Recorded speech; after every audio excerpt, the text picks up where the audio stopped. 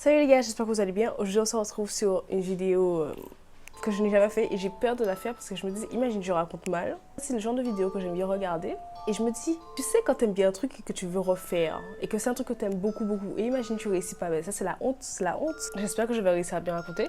J'ai mis un petit fond pour faire genre oui le danger, le rouge, waouh. Cette vidéo est, si je l'espère vraiment, le début d'une grande lignée de vidéos sur les mythes et légendes antillais. Ça c'est la première vidéo, j'espère qu'il y en aura plein d'autres. Donc sur cette première histoire nous allons parler de la maison de Zévalos, aussi appelée l'habitation Zévalos ou la maison hantée de Zévalos.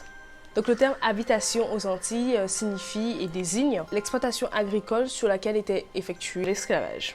À l'origine, la maison de Zévalos et le musée de sa jeune Perse sont des maisons jumelles. Des maisons ont été construites sur à peu près les mêmes bases.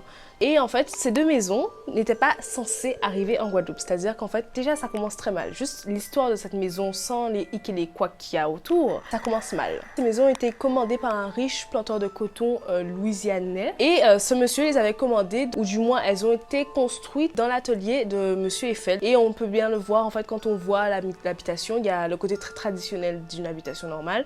Et il y a aussi le côté, le métal qui est autour et tout, on voit que c'est des choses très travaillées. Mais ces deux habitations ne sont pas arrivées à bon port parce qu'il y a eu une tempête en fait. Et du coup, le navigateur qui transportait les bateaux a dit non, moi je ne prends pas ce chemin-là, je m'arrête en Guadeloupe. Une fois arrivées au port de Pointe-à-Pitre, elles ont été vendues aux enchères et quelqu'un les a achetées. Pas d'histoire sur cette maison, rien. Puis en 1755, un jeune officier qui est envoyé en Guadeloupe du nom de Philippe de Paris de Zévalocène se marie avec une veuve du nom de Renée Alédaïde van Nachlus. Il s'est avéré que cette demoiselle vivait dans cette maison de Zévalos. Donc Philippe s'installa dans l'habitation de sa femme, il devient commandant des milices, enfin bref, super vie, machin. Sauf que le problème c'est qu'ils n'arrivent pas à avoir d'enfants depuis qu'ils sont dans cette maison.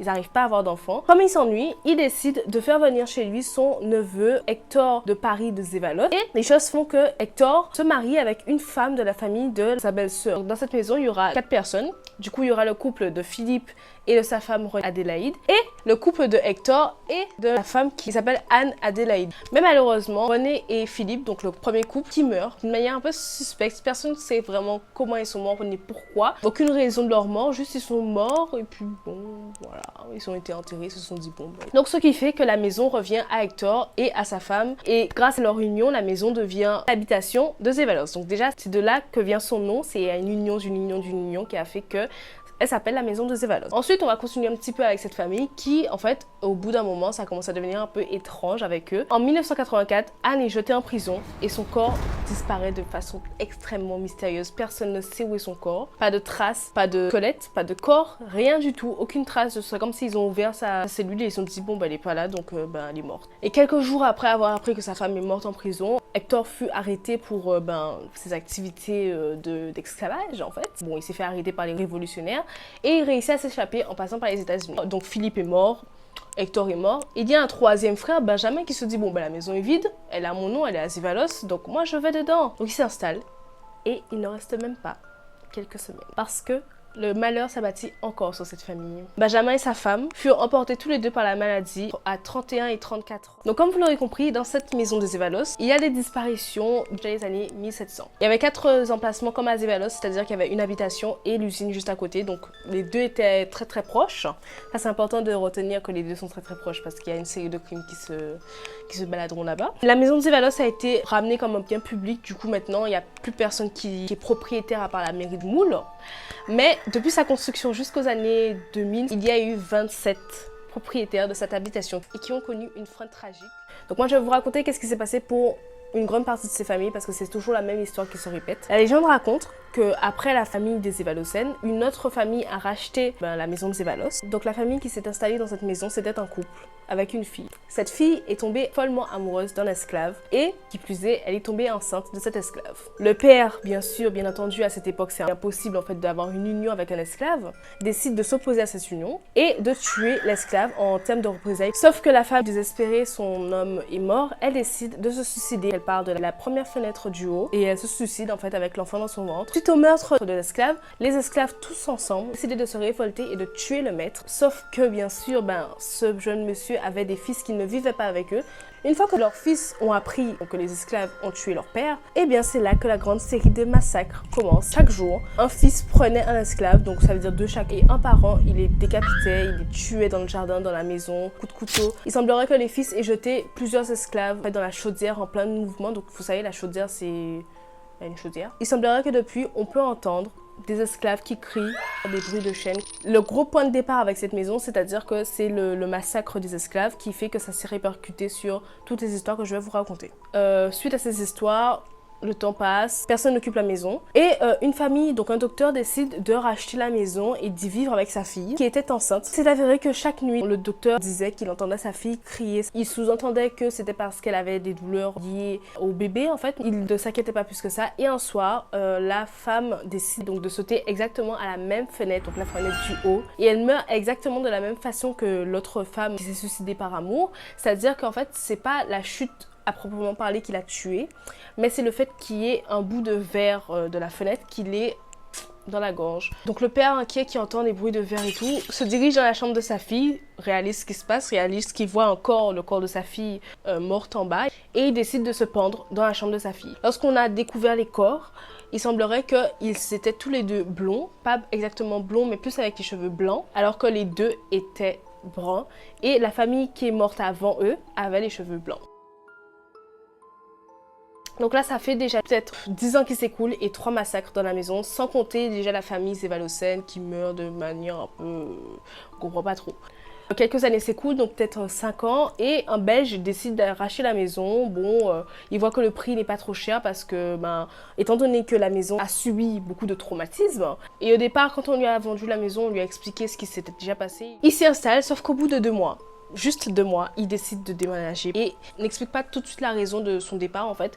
Il refuse de communiquer, il refuse tout dialogue en fait. Dès qu'on essaye d'aller vers eux pour leur demander qu'est-ce qui s'est passé, qu'est-ce qui se passe, pourquoi est-ce que vous êtes parti aussi vite, ça fait que 2 mois que vous êtes là, aucune réponse. Et plus tard, ils ont avoué avoir entendu des bruits de chaînes, des pas, avoir observé des objets qui se déplacent, avoir observé des traces de pas mais avec du sang sur la pelouse, avoir entendu des cris, avoir entendu des bruits de chaînes, des cris de douleur. Et tout ça, ils ont gardé ça secret. Après, ils ont décidé de dévoiler tout ça au grand jour. Suite à cette histoire, s'ensuit beaucoup de petites histoires, comme par exemple, ce sont des propriétaires qui sont restés vraiment très peu de temps parce qu'ils n'y croyaient pas en fait. Quand on leur expliquait qu'est-ce qui s'est passé dans cette maison, dans cette habitation, ils n'y croyaient pas, donc ils ont décidé d'y habiter quand même. Et c'est des petites histoires, c'est-à-dire qu'ils entendaient le soir des bruits de couverts. Et quand il se réveillait le matin, la table était mise alors que personne n'avait touché. Ça se répétait plusieurs fois. Ou encore les mêmes choses, des traces de pas, des bruits de sandales qui marchent. Voisins autour qui disaient qu'ils voient des sandales qui marchent toutes seules dans le jardin en fait. Puis, on en arrive à nos jours. Donc là, il se passe beaucoup de choses. Comme je vous ai dit, de 1700 jusqu'à 2000, il se passe beaucoup de choses. Des petits cas, mais personne ne meurt. Et personne ne reste surtout dans la maison. Donc là, le bien a été racheté par la commune du Moule. Et une nuit, la police décide d'aller dans cette maison pour pouvoir y dormir une nuit, pour voir ce qui se passe, parce qu'ils doutaient un peu que tout ce que les gens, tout ce que le voisinage voyait, ce soit l'œuvre de malfrats, de squatteurs, etc. Mais au milieu de la nuit, les voisinages racontent qu'ils ont entendu la police courir, voilà, ils ont quitté la maison sans explication, sont partis en courant et jusqu'à maintenant, ils n'ont toujours pas donné d'explication à pourquoi ils sont partis en courant d'une maison de Zévalos, qui a quand même des antécédents un peu diaboliques. Ensuite, suite à ça, quelques années plus tard, un prêtre décide d'aller dans cette maison de Zévalos pour pouvoir exorciser les lieux.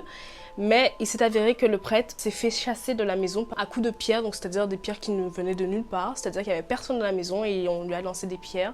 Donc on sait jusqu'à maintenant pas si c'est l'entourage ou une mauvaise blague, mais en tout cas le prêtre assure qu'il n'y avait personne dans la maison et qu'il s'est fait attaquer par des pierres volantes.